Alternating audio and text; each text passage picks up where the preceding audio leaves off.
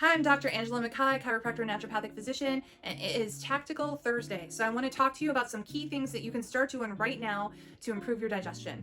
And the number one thing is what we talked about last week with digestion hygiene. So you want to get yourself into that rest and digest state so that you are actually in a place that you can process and take in all the nutrition from your food.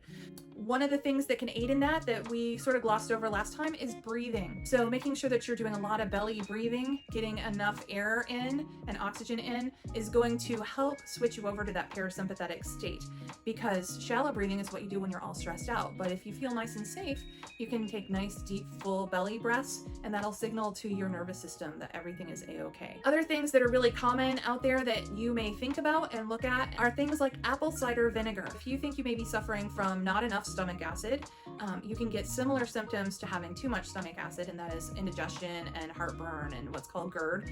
Sometimes adding apple cider vinegar creates a little bit more acidity in the stomach and stimulates digestion to start producing the necessary components to be able to digest your food. The way that you would do that is you take about a tablespoon of apple cider vinegar and about a third of a cup of water before you eat by about 15-20 minutes. It can, if you already have too much acid, this can be really uncomfortable and it can burn. So you don't want to do this if you know for sure that your problem is too much acid and not enough.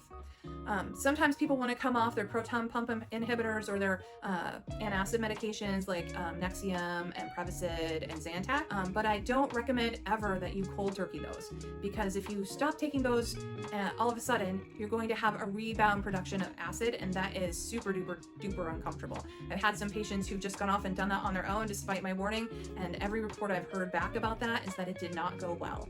So you cannot just cold turkey stop taking those medications. You have to ease into it or you will have a world of heartburn. In general, you want to be eating a whole foods diet. So you want to be able to recognize what your food is, where it came from, and recognize it, that it was in its natural state. You can envision. The number one biggest thing that will alter your microbiome and your gut is your diet. And that has been shown across the board, study after study after study.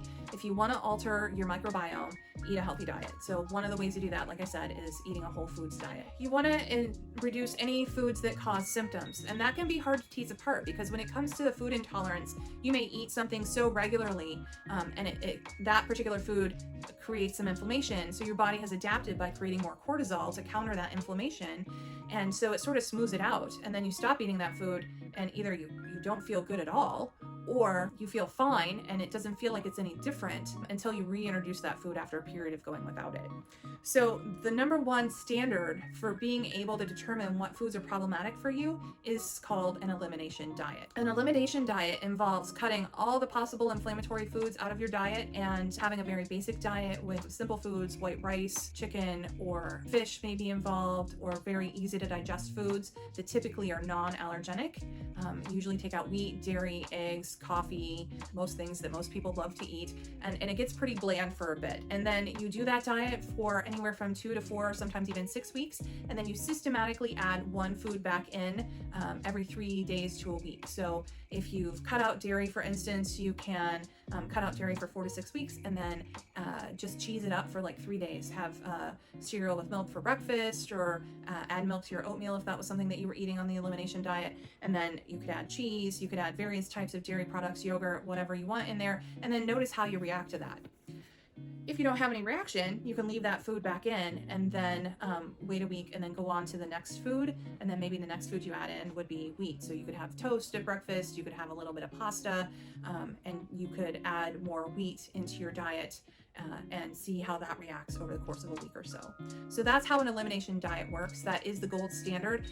It's free, essentially, because you have to eat anyway, so there's no extra out-of-pocket cost besides your grocery bill. But it is time-consuming and difficult sometimes when you have other people in your family who are not interested in doing that with you, or you've got kids, which was the case in my case when I just opted to do the blood test because it was worth the expense for me versus the hassle of trying to figure out with 3 kids and a spouse and myself who was allergic to what. So the blood test, I would say, can give you a pretty good understanding of what things might be triggering, but the goal is always to heal that, not just take out this food, that food, take out another food, and then suddenly there's nothing left you can eat.